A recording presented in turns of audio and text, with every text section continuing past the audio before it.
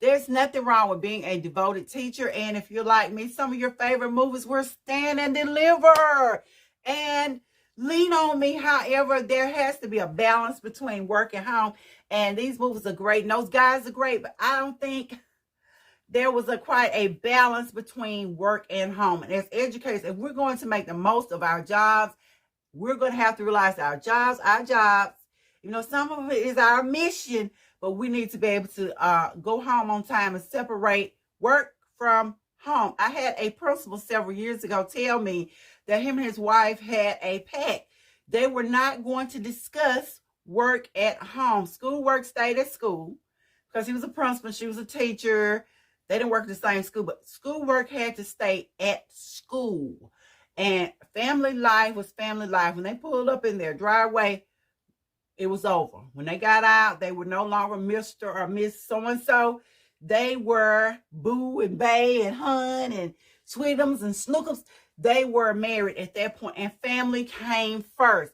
So let's talk about what we can do to ensure that there is a balance, that there is a separation between work and home life.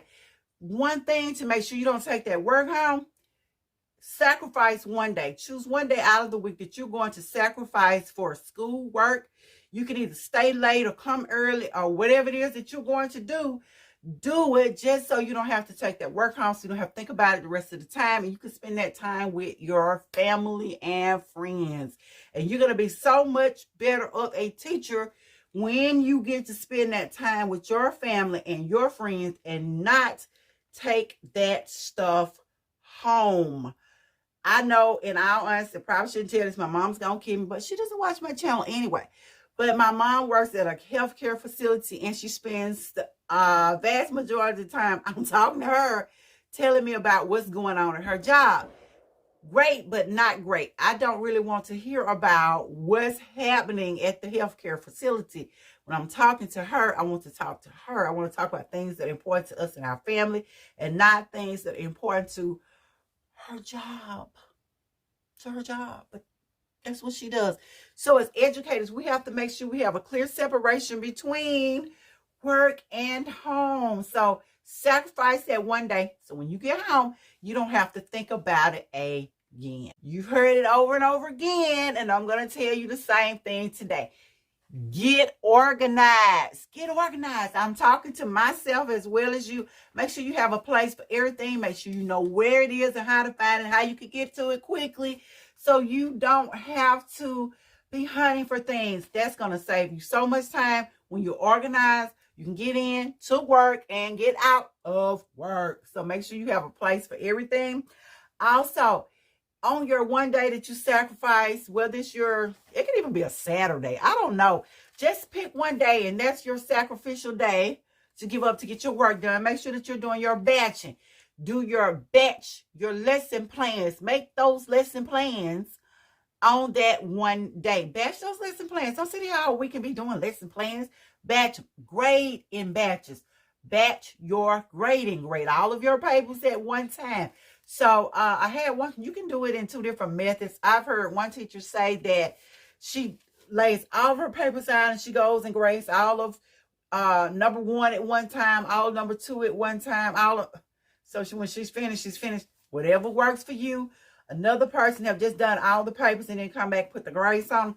Whatever works for you. I've tried both methods in all honesty, and the one that works best for me is to just do one paper. I can't just, unless it's essays, and then I can sort of, make it quicker. And I will make a video on how to grade essays quickly.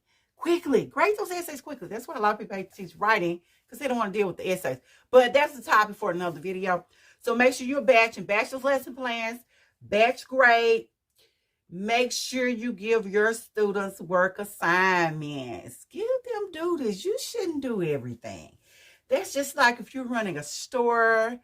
I'm not going to call what store name this is, where they have the person trying to be the cashier, the stock person, and the manager. Doesn't work well. Assign duties to your students. Give your students tasks to do. You should have somebody that, you know what tasks are. Somebody may be the line leader. Somebody may pick up all the papers. Somebody may do whatever. But anyway, assign your students. Give them some assignments. Another thing that you also want to do, you may, and you may not with the grading, if you're allowed to do it in your district, you may want to have the students help grade papers too. Multiple choice only. When years ago when we used to do it, I made sure it was only multiple choice. Anything that had to do with essay responses or writing, I grade myself because, you know, hey, let's be real. And make sure you get students that are honest. Don't give them a paper somebody they don't like, because things happen. Let's be real. Students are people too. Make sure we are being proactive, that we're starting with the beginning in mind, that as you start your day, make sure you know immediately what is most important, and that you do. Don't make these long to-do lists. I'm guilty of doing it sometimes. Make sure you don't make those long to-do lists and then you don't get everything done. Then you feel bad about yourself because you didn't do it. Make sure you keep the list short. Make sure you put your top priorities first. Know when you're most productive. Do your most important things first. Know what you must cover. Make sure you cover that if you cover nothing else, because life happens. Like I said, we have fire drills. We have intruder drills. We have assemblies that pop up. People come by. District members pop in. All kinds of things happen. So make sure you have your main priorities listed first, and that is what you do first. And y'all look at that. I have notes.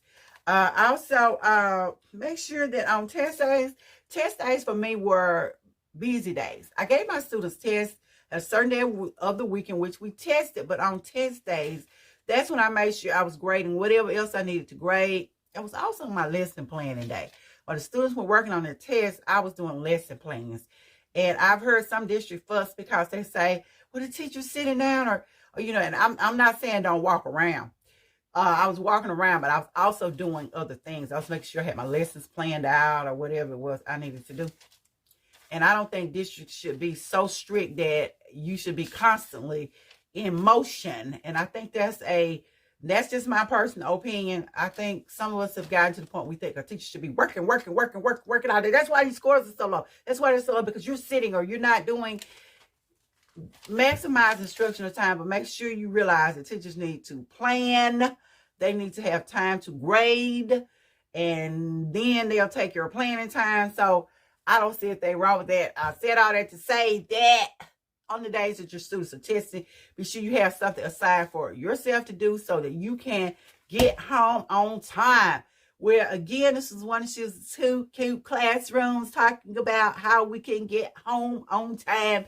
And I'll see you guys. Don't forget to like, subscribe, and follow me for more teaching tips and hacks. See you guys later.